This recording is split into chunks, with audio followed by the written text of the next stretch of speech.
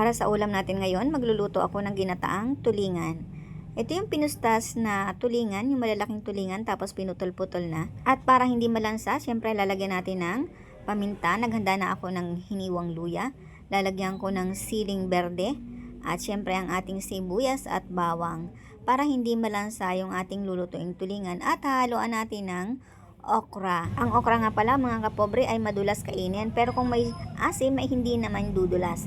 At syempre lalawakan natin ng pako. Ang pako ay nakukuha lang sa tabing ilog, kaya kung kayo ay taga probinsya at kayo ay malapit sa tabing ilog, libre nyo lang itong makukuha. At syempre hinimay-himay na natin yung malalambot na parts lang ng pako ang ating kukuhanin at siyang ating ihahalo. Napakasarap mga kapobre ng pako. So sa mga taga probinsya na malapit sa tabing ilog, maraming pako diyan. At ilalagay na natin sa kawali ang ating mga pinustas na tulingan. Ito nga palang tulingan ay nabili ko lang sa nagtitinda ng isda na ganyan na yan, putol-putol na. So hindi ako ang nagputol-putol. Ihahanay ko lang ng maayos para hindi madurog-durog. At isasabay ko na rin ang siling berde para hindi malansa, kasama ang luya at ang sibuyas at bawang. Importante nga pala mga kapobre na merong luya at paminta ang niluluto nating tulingan para hindi gaanong malansa. At syempre, pag nating kalilimutan lagyan ng paminta. Bahala na kayo kung gaano ang dami na gusto nyo. Sa akin kasi, mas okay sa akin na medyo nalalasahan ko yung kaunting anghang. Ang siling berde nga pala na nilagay ko ay hindi naman maanghang. Kaya okay lang kahit malagyan ko ng medyo maraming luya at maraming paminta kasi hindi naman maanghang yung sili. At syempre wag natin kakalimutan ang asin na pampalasa. Lagyan natin at isasabay ko na rin ng okra. At kapag nga pala ang okra ay kasabay ang asim, katulad ng suka, ay hindi naman siya nagiging madulas. Nawawala yung kanyang lapot.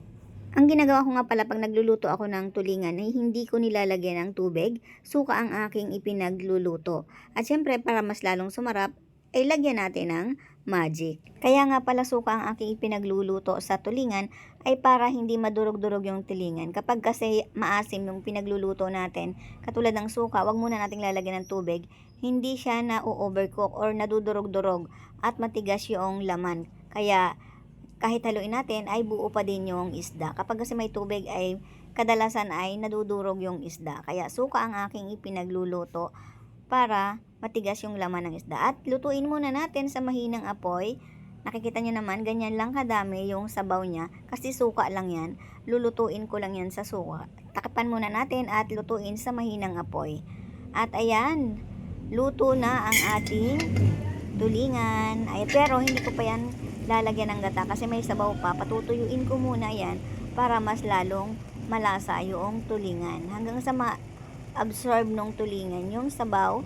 Kaya hahayaan muna natin kumulo hanggang sa makati yung sabaw niya para lalong mas malasa yung ating tulingan. Kung gusto nyo nga pala ng mga ganitong videos ay like and share nyo naman para mas lalong malayo ang marating ng ating mga videos.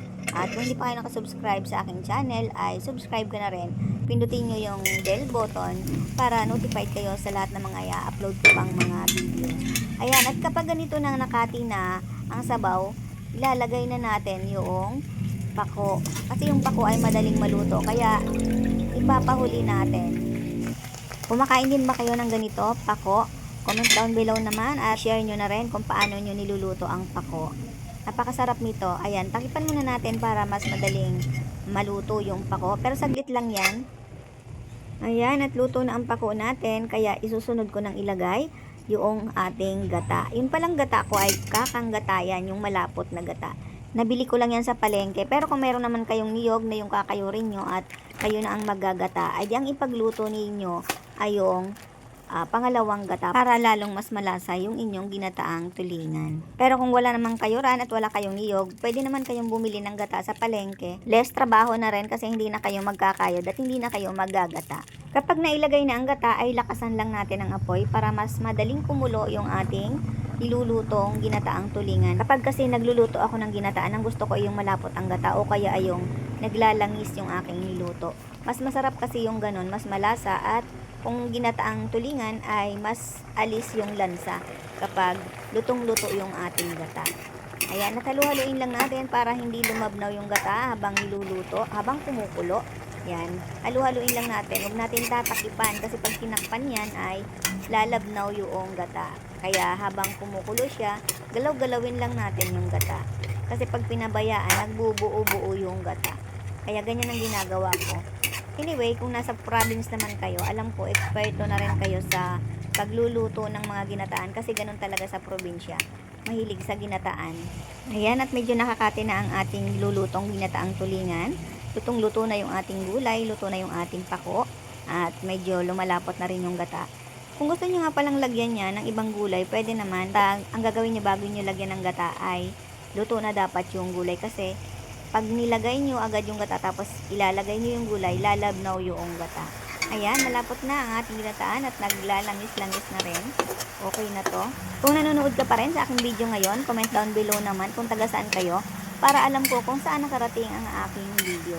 At kung nagustuhan niyo po ang aking video for today, i-like and share nyo na rin para mas lalong maraming makapanood ng aking mga nilulutong pangpobre. At huwag niyo pong magkalimutan na mag-subscribe sa aking channel para notified po kayo kapag ako po ay mag-upload ng mga panibagong video. Thank you for watching mga kapobre. Until my next video, mahal ko po kayo.